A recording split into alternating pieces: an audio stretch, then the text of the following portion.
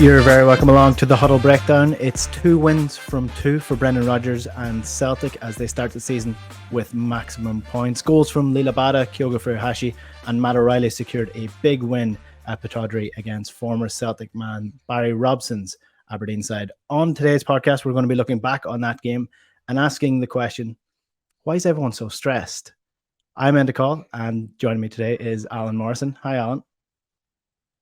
Yeah, hi, Enda. Yeah, it's the X worry factor, expected worry, or X stress. That's what X we're, stress sounds yeah, Yeah, that sounds much better actually. X stress. That's what we're going to be calling today's podcast. Juco James is on holidays, so he's off this week. So it's just a dynamic duo here today. But James will be back later this week. And before we go ahead with today's podcast, I'll just explain in more detail what James sort of half explained in last week's podcast in relation to the show this season and my role within it. So basically, I'm moving into a new role with my own job outside of the Huddle Breakdown, which is going to take up a little bit more time on Mondays to Wednesdays. So that's usually when we do our review. So I won't have time to actually do them. So what we're going to do is for the season, Alan and James will be doing the reviews from Monday to Wednesday. And we've added a second show that's going to be published in the exact same places later on in the week, usually probably a Friday, that's going to be looking at the news of the week, the biggest news stories of the week, and also looking ahead to the games as well. So to get them, you need to be subscribed to the YouTube channel to get notified every time that goes live. And you can follow us on Twitter as well. We'll notify you when every new show is coming up and when the shows are available on the YouTube channel as well. So that is the story with the Huddle Breakdown this season. Let's get into the review of the Aberdeen game. So, Alan, this was a 3-1 win, but it didn't feel like a 3-1 win. It definitely didn't feel like a 3-1 away win in Pittodrie, which is, you know, it's a place that Celtic have gotten results very easily in the past number of games, but it isn't a stadium that usually you would cough up an easy result. And certainly Aberdeen and Barry Robson made this difficult for Celtic. Yeah, in many ways it was very similar to the Ross County game, and actually Aberdeen's approach was quite similar to Ross County as well, and that probably added to it. Whereby that I think what we're really seeing here is obviously we're transitioning out of where we got to with Ange and the team, where it was a very we talk about coherence, we talk about consistency. I can't stress enough just how consistent Celtic performed in the league and in Scottish domestic football specifically under Ange in terms of the consistent amount of chances created, the quality of those chances, the XG differential between what Celtic were creating and what the opposition were creating. There was very little variety actually in terms of that, and it was Celtic was so overwhelming in terms of their ability to attack the opponent, and also it meant that they were very limited in their ability to threaten Celtic's goal. Opposition XG was going down and down and down, almost to a sort of unsustainable level, you would have thought. And we kind of got used to that. And I think you said yourself on the show that, what should we talk about this week? It's like we performed the same again as we did the week before, and we blew the opposition away. And we've transitioned now to a new manager, and some new players, a bit of turnover, etc. Maybe a bit more than what we expected. So I think it's normal that there's going to be a bit of change. It's normal that perhaps the team haven't got that same level yet of sort of relentless consistency that they got to under Ange, and that did take a while to achieve that. So I don't think we should be worried in any way, like, in terms of looking at the macro picture. I think on the micro level, there's probably a few things that we can get into as we go through the show in terms of things that we ought to acknowledge around how Celtic are playing now, how some of the players are developing or not developing, etc. So I think there's some legitimate points of concern, but I certainly wouldn't be overly worried. I think in the two games we've scored 7 goals. That's not been an overperformance. XGs have been well up. I think the slight concern is that we're probably a little bit more open, and we're certainly in both games have conceded over 1 XG to the opposition. They've had lots of shots. They've had a terrific number of corners against us, which is obviously quite stressful given how small Celtic are as a team. So I think that's adding to the sort of concern as well. But a lot of it, I think, is to do with the way that the two teams have set up against us, where we definitely haven't seen Ross County or Aberdeen bunker in. We've seen them put numbers up high, have two forwards, attacking midfielder, three players pressing high, man-to-man marking midfield, very aggressive, very determined defending, and then a lot of channel balls, a lot of long passes on top of Celtic. We're conceding throw-ins, we're conceding corners. Joe Hart's having to come off his line. It all can get a bit hairy sometimes. So I think that's down to the opposition and the way they're playing, and maybe whether that's a trend thing, because I think there's a trend in football in general towards more direct play at the moment. But also maybe teams have thought, well, look, we've tried the bunkering in against this lot. We'd eventually just get beaten. Let's give it a go. They've got a new Mm. manager. They've got a couple of new players. They've got a new centre half. Let's give it more of a go. And I think the two games have been terrifically entertaining. A lot of chances at both ends, but just not quite this sort of safe, comfortable wins that we kind of got used to last season. Mm. Yeah, I think the way that Aberdeen played was very interesting, and it was sustained as well, is probably the best way to put it. And probably the reason why it looked like such a tight game is because usually you see teams, maybe if it's a tight game, they'll stick with Celtic until the 50, 60-minute mark, and then Celtic will take on four subs and blow them away in the final half hour. That didn't really happen in this game. Aberdeen very much were still pressing. And by the time it was the 80th, 85th minute, they were still going for it. I actually did some research before the show. James is off this week, so somebody had to fill the gap there. So if you look at Aberdeen's underlying numbers, so this is Scout data. I actually went on to Scout and everything. They pressed very high against Celtic. They turned over the ball 39 times in Celtic's half, which is, that's not what you want happening. You do not want to lose the ball in your own half. Aberdeen attempted more passes into Celtic's final third than Celtic did against Aberdeen. They attempted just 4 less passes into Celtic's box than Celtic did against Aberdeen. And they had 10 deep completions to Celtic's 12. So they very much tried to play as much of the game in Celtic's half as they possibly could. And to do so, they went down the wings, they went down the channels. So just 4% of their play went down the middle. 53% went down Greg Taylor's side. So they very much targeted Greg Taylor, and 43 went down and Anthony Ralston's side. So they went down to the channels, they went high, they went long, and they really got at Celtic. They really caused them some issues this way. Yeah. Oh, yeah, that's excellent. I'm massively impressed with all that. That's brilliant. I'm gonna have to, when you put the show up, I'm gonna have to go back and listen to that all again. It was great. I loved it. I need to get the Yeah, spreadsheets listen, going now. That's all. you got to record it and can compare it and benchmark it and all that good stuff. Yeah, listen, I think that's spot on, and I think we have to give Aberdeen some credit, in terms of how they try to approach the game and put Celtic under pressure. That this sometimes it is about how the opposition play. We did talk last season about how Celtic nullified teams, irrespective of the depth of their defence, irrespective of how compact, whether they had 2 up front, 3, 5 at the back, whatever it was. Postecoglou's team found a way to get through them. And Joe Hart's interview after the game I thought was very refreshing, very honest about how what they're trying to do is quite complex. I think Celtic have changed. We're playing an awful lot more long balls now as well. Aberdeen were actually comfortable going 1v1 at the back with Celtic's 3 attackers. That was a pretty brave move by Robson, and it pretty much paid off for him. Other than it was inadvertent, really, Devlin nodding the ball back for Kyogo, but that wasn't as a direct result of leaving players one-on-one. I mean, other than Maida did get past Devlin and created a good chance for Abada at one point. That was from a fairly long pass out from the back from Nawrocki. But other than that, they weren't, because Joe Hart's longer passes were easily cut out by their taller, stronger defenders. So it kind that aspect of it, I think, kind of worked quite well, and they did force us to go long. But I think we are going longer. I think then the thing with that is, of course, then it's about decision making. It's about when is it appropriate to go longer, and then it's execution, because it's obviously clearly a lot harder to play a longer pass in terms of accuracy and judging the conditions and so forth. So I think there's a lot of change happening, and I think it's, as Joe Hart said, it's going to take time for us to adjust as well. And if teams are going to be on the front foot to Celtic like this, I think we're going to have some very entertaining games. But I think our fluency, the Celtic fluency, I think will improve.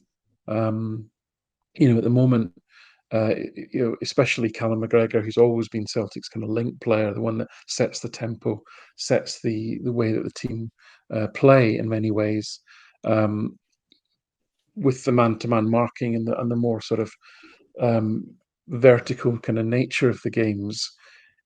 He's not been getting on the ball as much. He's not being able to control tempo as much. One of McGregor's perhaps weaknesses is he isn't that press resistant.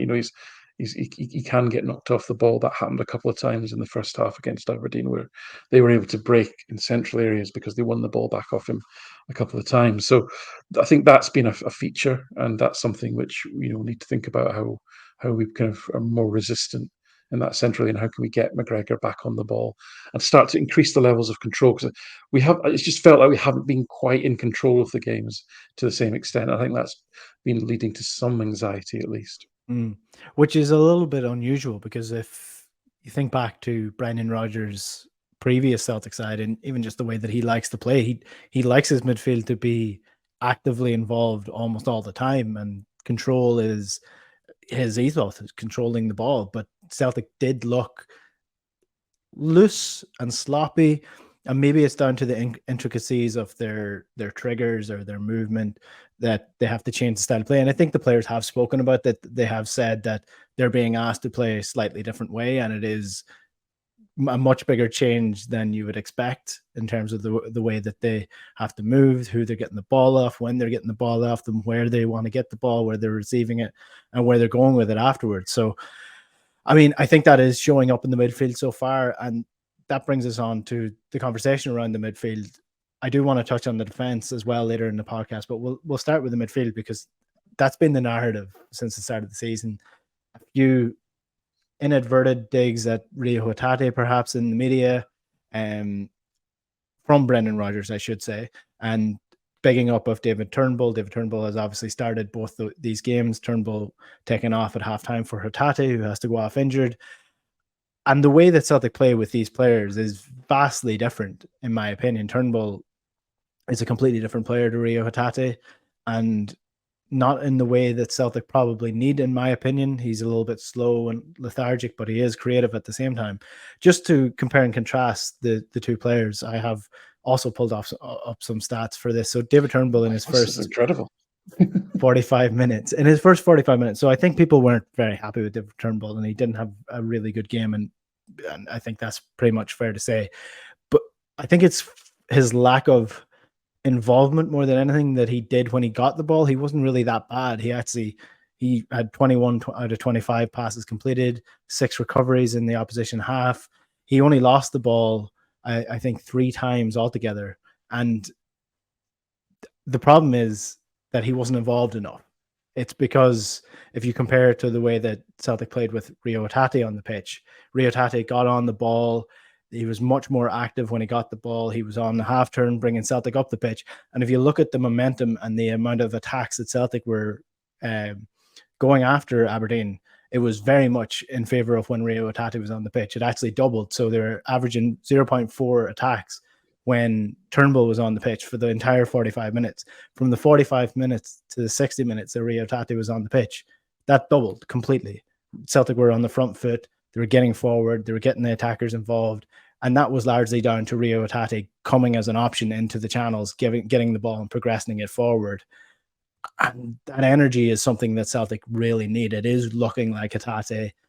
If he's not Brendan Rodgers' favourite player, hopefully he becomes slightly more in favour.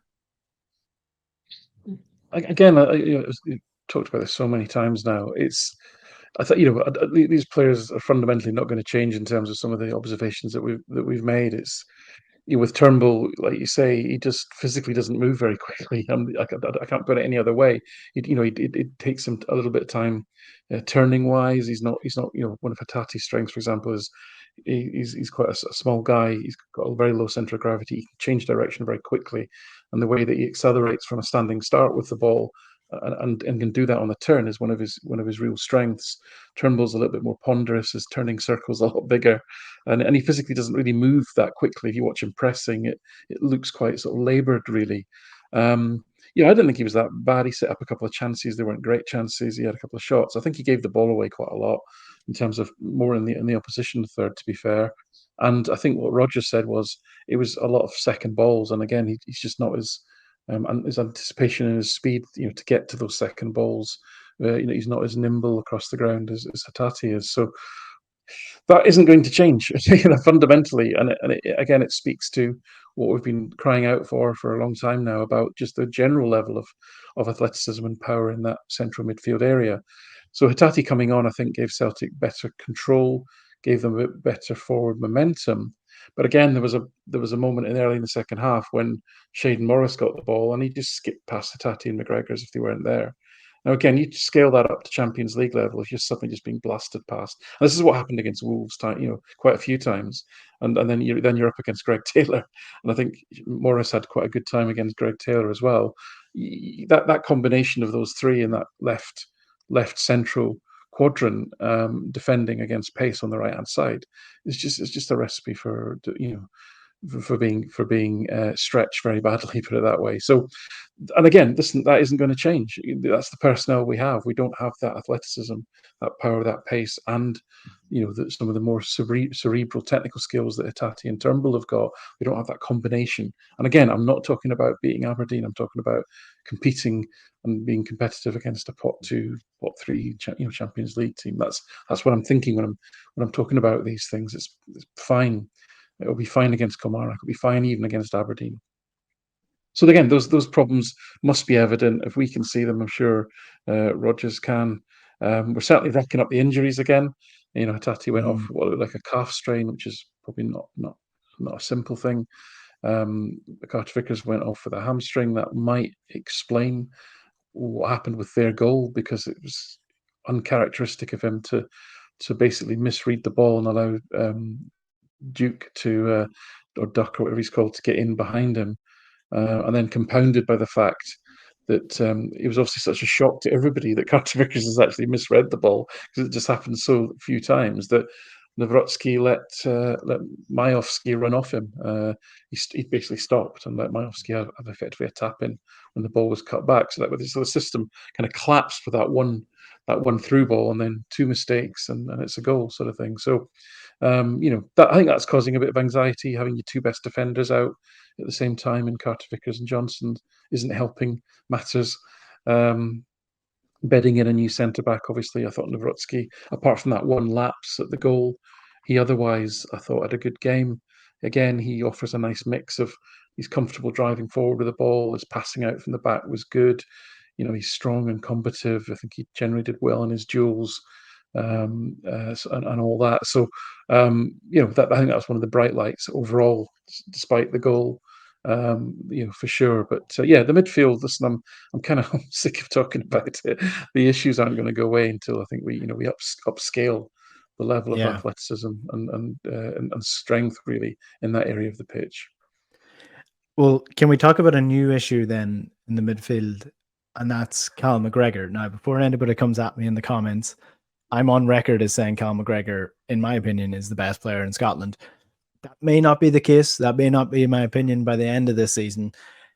Not in terms of on the ball. I thought he was fine on the ball, maybe a little bit sloppy and loose in the first half when he was put under pressure, but it's more off the ball, Alan. There was a couple of moments when Aberdeen were counter-attacking and it was a one-on-one race between him and the Aberdeen players. He did look like he lost that half yard of pace just overnight, and it might be early in the season. He might not be fully fit. I doubt that somebody who is so athletic and naturally fit as Cal McGregor isn't fit at this stage of the season, but we'll give him the benefit of the doubt on that aspect. But it does look like he is a little bit more slow than he would be last year. Yeah, I mean, and guess what? 30-plus-year-old starts to slow down in his 30s and lose a bit of pace. I mean, this is normal. Okay, so let's get this on the table. So I did a look at Callum McGregor, and guess what? Most of his stats are declining, right? They are, and they have been for a few years now. Now that's not me saying I'm writing Callum McGregor off. That's not me saying we should get rid of Callum McGregor. That's not me saying Callum McGregor shouldn't play, because what I'm firmly of the view of is, even though Callum McGregor may not be performing at the levels he did, let's say, 2 years ago, what he gives the team. If we didn't have Callum McGregor but decided we needed to buy a Callum McGregor type player in the marketplace, you'd be looking at a phenomenal amount of money to fill that gap, right? So, that's why he's worth even though he's declining relative to himself, relative to the market, and where what it would take to replace him. He's absolutely still fundamental to the team, and he's still the player who's the best, the most intelligent at setting the tempo, at getting Celtic moving forward, at linking the play, absolutely. But we cannot turn our eyes away from the fact that there is some natural decline there, as we've talked about with Joe Hart. These players are getting into the 30s or well into the 30s in Hart's case, so it's normal and it's natural. The question is, what impact does it have on the team? How do you manage around it? So what have we got here? We've got a situation where the two games that we've played so far are far more open and fragmented than what they have been, what we're used to, where Celtic have dominated the ball, pinned teams back, control, control, control. McGregor can pass, pass, pass, pass, pass. Now he's being man marked very aggressively. He's not getting on the ball as much. When the play breaks down, as it often does, the game's stretched. He's got more yards to cover if he's going to recover the ball. He's got more yards. His teammates are further away from him because the games are getting really, really stretched now in the last two matches because of the directness of the play, not just the opposition directness, Celtic's directness. Celtic are hitting their attackers quicker, which means if you're a midfielder and you've got to get up the pitch to support your forward, you've got a heck of a run to make, as you know, as a midfielder, and a heck of a long way to go. And then if you lose the ball, you've got a heck of a long way to run back, right? So that's really, really demanding, and especially, and then the other aspect is it looks like we're trying to get O'Reilly and Turnbull to get beyond Kyogo. So Kyogo's dropping deep. He's linking the play. He's a great footballer. We're using all of his wonderful skills. But we're looking trying to get Turnbull and O'Reilly in the box. They've scored 3 goals between them from open play so far. On occasions it's working brilliantly. But again, if you're Callum McGregor and your two mates are bombing beyond the striker into the box all day long, you're kind of on your own, right? And if the fullbacks aren't inverting, which they did against Ross County, but they didn't against Aberdeen, then that leaves McGregor pretty isolated. So I think we need to think about that as a team. This is not all just on Callum. This is about the team, looking at our own weaknesses and mitigating those, and supporting ourselves in terms of not having those structural weaknesses and areas where the opposition can attack. So I think it's still a lot of work to do in that regard. And I don't think a slightly aging Callum McGregor who's played a lot of football getting into his 30s. You don't want to be leaving him isolated in central midfield. I just don't think that's a good idea. So a lot to ponder there, I think. Yeah, and I mean this is sort of reminiscent of the Scott Brown conversation that we were having a couple of years ago, where Scott Brown was being exposed, and it wasn't all down to him that he was looking really terrible. It was the system that was set up in place that was exposing him in the first place. And I do think there is a little bit of that with Cal McGregor at the minute, especially with the way that Celtic are playing defensively with the forward. They're very much returning to an orthodox fullback system. If Aberdeen is to go, maybe that's the way that Rodgers wanted to play specifically against Aberdeen, but we'll wait and see as the week goes on. But Greg Taylor, it looks like that's exposing him a little bit more as well. And you're just looking at this and wondering, Ange clearly had optimized the formation, the style of play, and it really worked with this group of players, and they really bet into it and they knew what they were doing. And you're just wondering, number one, is this down to a readjustment period where, give them 5 games and Cal McGregor will not be exposed anymore. Greg Taylor won't be getting caught on the ball as much, won't look as slow and lethargic as he did? Or is this a thing where these players just aren't good enough to play the system that Rodgers is now trying to implement? Yeah, I mean, again, listen, don't want to go overboard on this. I think these are tweaks, not sort of revolutions. I think even if for a few games, if we'd inverted the fullbacks like they were used to doing, and that more sort of 2-3-5 shape again, like we did under Postecoglou, I think that, just sort of transition. Even if you want to be a little bit more direct, it doesn't mean say you can't sort of have that shape and at least protect that central area. I think there's just little tweaks like that can be done. And also, there's just the thing about who the manager sees as being the future going forward. I mean, to use two examples, and this is just my observation, is, and this is like any workplace, right? A new manager, a new boss comes in, they make their own mind as to who's valuable and who they may think is not as valuable. It looks to me, and this is just my observation, that, for example, Celtic are supposed to be looking for a left back now. There's no way that Greg Taylor doesn't know that. I mean, agents talk. It's a small village in that sense. Greg Taylor will know if Celtic are looking for a left back, and therefore he's probably thinking, well, for the last 2 years, I've had a manager that loves me, loves what I do, loves the fact I follow his instructions to the letter, and and all that. And now I've suddenly got a manager that's like potentially wanting to replace me. So Greg Taylor might be feeling sorry for himself. He might be feeling less confident, and certainly his play is not as assertive. He's giving the ball away a lot. He looks very a bit more unsure of himself than what he did last season.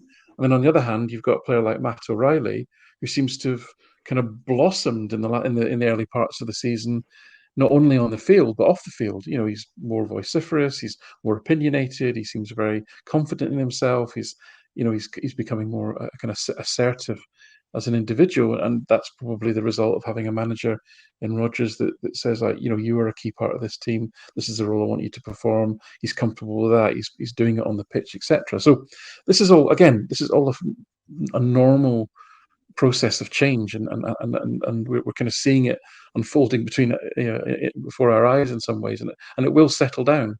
I mean, the best thing that can happen is that we get to the end of the transfer window. We know who we've got, and everyone can just kind of breathe, and we kind of move forward. But at the moment, Rodgers is still trying to put his mark on things. We haven't really signed, apart from Nawrocki, we haven't really signed a first team absolute, this is guys really going to be starting most weeks type of player yet. We know we've got loads of cash in the bank. We know we've lost some really key players in Starfelt, Jota, Moy. And so we think there's more to come, but it's not happened yet. So we get a bit impatient. That's fine. That all adds slightly to the anxiety. So, again, nothing to be panicking about, but these are all sort of legitimate concerns at this stage. But I'm sure what I would say is, does Brendan Rodgers look stressed? Does Brendan Rodgers look worried? If you remember when Ange came in, and he was a little bit terse, and he made the comment about things just not moving quickly in the transfer market. And Don Mackay was in his brief stint, and then he was gone very shortly. And Andrew was definitely tense at that point, and he was only just in the door. Rodgers seems very calm. He seems to know that there's a lot of work to do. He seems sanguine about the fact that some will be coming in, some will be leaving. So I'd take my cue from him really. I have confidence that he's kind of feels he's got things under control. We've won 2 games, we've scored 7 goals. That wasn't a fluke. The XGs are in line with that. That's all good. The attacking performances in some respects have been excellent, actually. We've scored some cracking goals. We've created a lot of chances.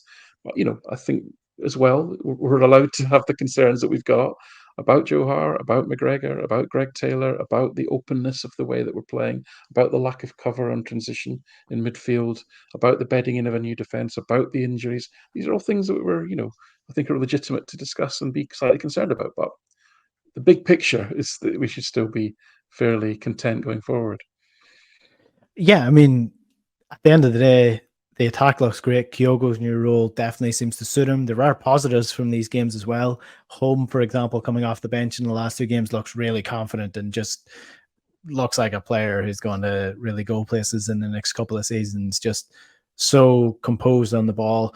Maybe he has a little bit maturing to do based upon some of his social media activity, but we'll need to rein that in a little bit. Hopefully that doesn't become an issue going forward. Yang looks really exciting and direct. So, and Matt O'Reilly, again, as we said in preseason, he looks like a player who's going to really thrive under Rodgers, and that's coming true in the first couple of games. But as you said, there are concerns. I think the main concern for me, or from a Celtics fan's perspective, would be that none of the issues that you would have pointed out at the start of the season have really been addressed, because the goalkeeping situation, I mean, we saw a really bad mistake from Hart in the first half where he gave away the ball from a loose kick out, and better teams would have capitalized on that. And then in the second half would have been sent off had it not been for an offside leading up to him taking out the forward. And just it's a couple of bits and pieces like that just really do worry in the first two games. But at the end of the day, as you said, scored loads of goals, scored really nice goals, and apart from defensive situations, have looked pretty much in control of games against the first two oppositions in Ross County and Aberdeen. But let's focus on the defense for just 1 minute, because that's probably somewhere that needs to be addressed fairly rapidly. I know Celtic are in the market for a centre back. It looks like it will be coming in fairly shortly. Not so sure that's going to be a starting centre back. Looks like more a backup to Nawrocki. Greg Taylor was exposed at the weekend against Morris, very much so. He was exposed by pace and power and long balls over the top. And if you cast your mind back to AZ Alkmaar a couple of seasons ago in the Champions League qualifiers, and that's what Celtic were done in by, I think it was Starfelt's first game, was long balls over the top, pace in behind, exposing the weaknesses in Celtic's aerial ability. And nothing seems to have changed since then. It still seems to be that situation where we don't have that much pace in the defense. We don't have that much height in the defense. Any height that we do aren't that great in the air anyway. And then Greg Taylor just gets exposed by a much more physically dominant player. And that seemed to happen against Aberdeen time and time again. And that's probably the worry going forward in the season, especially in Europe.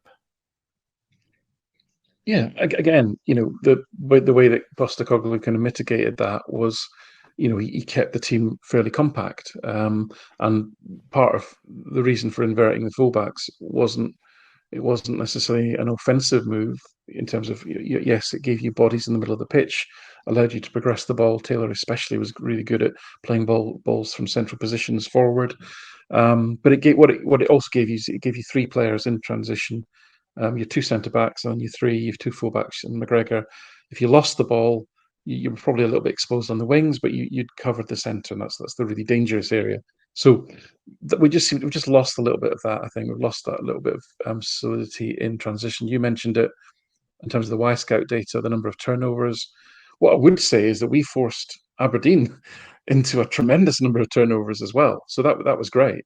Our ability to force them into errors, because I mean, what I would say about Aberdeen is that I think the two forwards are really good, and at SPFL level, I think they're excellent. Clarkson I liked. I think Paul Vara did okay. Shinnie's great at ratting about and winning the ball back and disrupting. But what they didn't have in the back three was anyone that could a really good passer of the ball. I think they really need someone. If they're going to be three at the back, someone's got to be that sort of ball progressor. And if they'd had that, we could have been in trouble a little bit. And we were able to turn the ball over quite a few times against them. But you're right, the defence is a concern. I don't think it's as well protected as it was last season. What I will say is I thought Joe Hart in general had a pretty decent game actually on Sunday, in terms of there's a lot of corners, in-swinging corners loaded on top of him. He dealt with them all, I think, pretty well. Mm-hmm. I think there was one one header that O'Reilly got beat in the centre of the goal. But otherwise, I think he dealt with it pretty well. He was trying to hit Maeda and Abada on the break with some longer passes. And he had a lot of recoveries. He came out of his box and fielded the ball on quite a few occasions. So I think he did okay. It's not going to change the fundamentals, obviously, of how old he is, and you cannot recover your speed as you get older. Sadly, kids, I can tell you that for sure. So all those issues that we've talked about ad nauseum really will still exist, what really the reason for bringing that up again is that in terms of defensive solidity as a team, these are all little things that add up.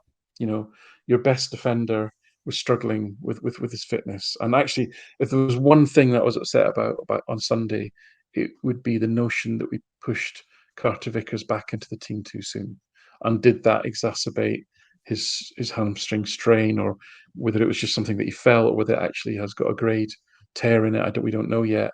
But if Celtic have pushed him into action too soon, then again, we've talked about this a few times.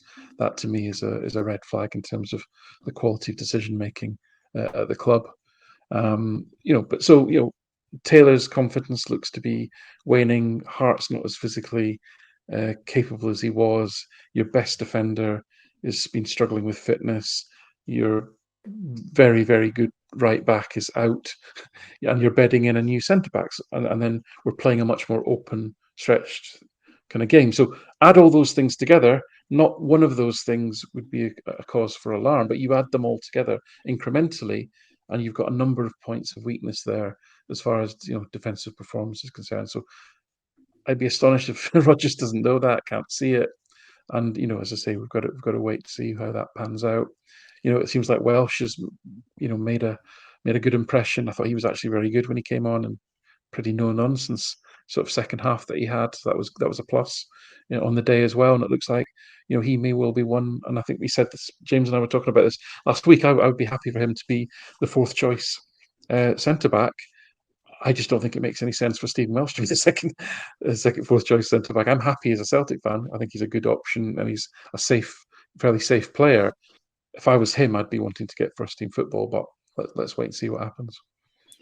Yeah, I mean, Rodgers said it after the game that he thinks that Stephen Welsh may play 40 games this season. If Stephen Welsh is going to play 40 games this season, then it's great for Stephen Welsh. I think there's no problem with him being a substitute if he's going to play 40 games this season. I think he'll develop as a player that way. But I mean, that's not something that Celtic fans want to hear if they're looking at progressing the team forward from where it was last year, because I mean, Stephen Welsh couldn't get a sniff last year, and Brendan Rodgers or Ange Postecoglou brought in two players who could theoretically play as a centre back for Celtic ahead of Stephen Welsh, and it looked like Celtic were actively trying to get him out of the club.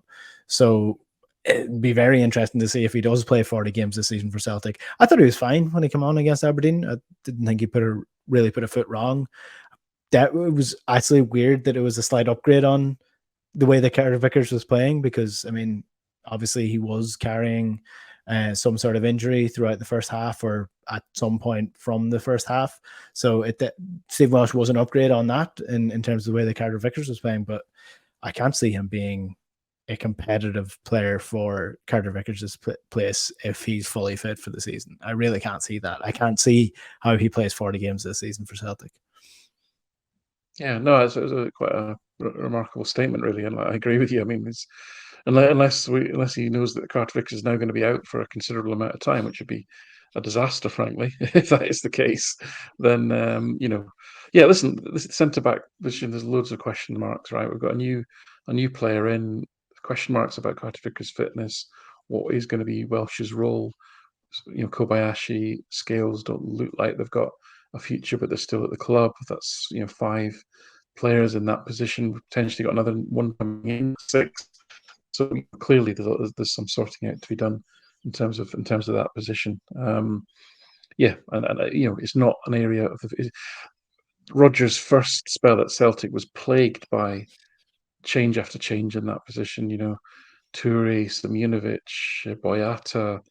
The list goes on, Beaton, etc. It was just a constant changing of personnel in that area without getting a settled partnership, and it's crucial, that you have that. I mean, for all Starfelt's strengths and weaknesses, just having that solidity and consistency of partnership with Carter Vickers was in and of itself beneficial for Celtic.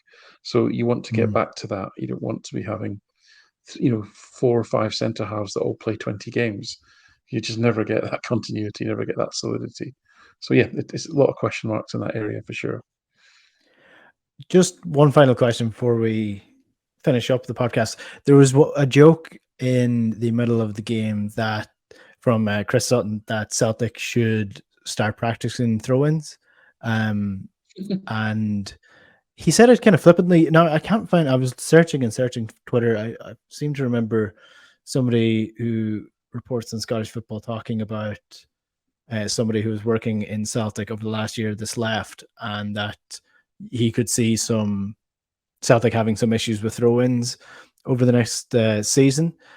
And not just throw-ins, but let's talk about the restart, because if you think about Celtic under Ange Postecoglou, the ball's in immediately. Joe Hart's immediately taking the kick out as quick as he can. The throw-ins are going in. The corners are being taken quick. Everything's done really fast in that high tempo. They're not doing that this season. And it was very noticeable with Greg Taylor, especially the amount of times where he was trying to throw the ball and nobody was giving him an option. And it seems like a minute detail. But that's something that can cause Celtic real issue. And I seem to remember back like 2021, this was a real issue under Rodgers as well, that it was just turnover after turnover over simple balls that could have been just thrown in quickly. And maybe that's just something that I've imagined in my head against Aberdeen, but it seemed to be a real issue at the weekend, that they were just so slow at restarting the game that it was allowing Aberdeen to get back into shape. Yeah, I mean, I remember it was one thing I used to get really annoyed at Kieran Tierney about, was it just seemed to take forever to take throw-ins, and then everyone was marked up by that stage. I mean, it is something that's practiced, as you know. It's something that, because it's such a common scenario, so the ability to make yourself some space, move towards the thrower, take potentially a bouncing or difficult ball in, control it, give it back, maintain possession. That sequence of skills is a key thing, and it's something that should be practiced regularly, really. So, and as you say, the restarts are all opportunities to disrupt opposition. Any restart is an opportunity to take advantage of people that switch off, tired minds, people out of position, and all that. So the quicker you can do it, the better. So absolutely, I mean, it's something I've not particularly noticed, but I've got data on, so it's something that I can dig into as the season goes on, for sure. But yes, what even kind of frustrates me a little bit is that, I knew when we kicked off that O'Reilly was going to pass it to McGregor and McGregor was going to pass it to Taylor. But it's like we do that every single time. Can we not once just vary it? Because if you're the opposition, you just put two men, charging onto Greg Taylor. I mean, Aberdeen didn't do that, but it's so simple. Why do you know what I mean? Because that's what we do every single time, and it's like just a bit of thought, a bit of variety. These little margins. Again, I talked about this before. They all add up. One little thing in and of itself isn't a problem, but multiple of these little margins stacked up. You're not getting the ball into play quick enough. Your movement off the ball at restarts isn't good enough. You're predictable in your movements. All these things multiply and make you weaker as a team, as you said. So yeah, something to look out for sure. Yeah, I did say there 2021 and Rodgers first out, but that was Neil Lennon. I should correct myself on that. Rodgers was 2018, 2019. So was it 20? Yeah. So around then, somewhere in that period between the end of Rodgers' reign to Neil Lennon was when I seem to remember just being constantly turned over. But we'll do a deep dive on Celtic's throw-ins. That's episode number 279 of the Huddle Breakdown. Yeah, when you're not a big team, and obviously some teams, like a lot of teams, most teams in the SPFL, they make a throw in a performance. They try and make it a drama, right? You've got a lad that can hurl the ball 60 yards into the box. You get all your mates up from the back. You pile the box in. You make a big drama out of it, right? You make a big performance out of the throw in. Celtic can't play like that. We don't have a big striker that's going to head the ball on or take the ball on his chest and so forth. So we need to, with small technical players, you need to keep the ball moving quickly. That's just common sense. Yeah, for sure. Right, that is where we'll park this week's podcast. There will be a podcast probably later on in the week with yourself and James when he's back from his holidays. So stay tuned for that. That's going to be looking ahead to the Kilmarnock game this weekend, which is a League Cup game, which will be interesting to see who starts in that game. Will Burnaby start at left back? Who knows? We'll wait and see. And that will be on the Huddle Breakdown channel. So if you want to get that on YouTube, subscribe below, like this video, and you can get the podcast anywhere you get your podcast. And you can find us on Twitter at Huddle Breakdown as well. So that is where we will park today's podcast, and we will chat to you later this week. Until then, good luck.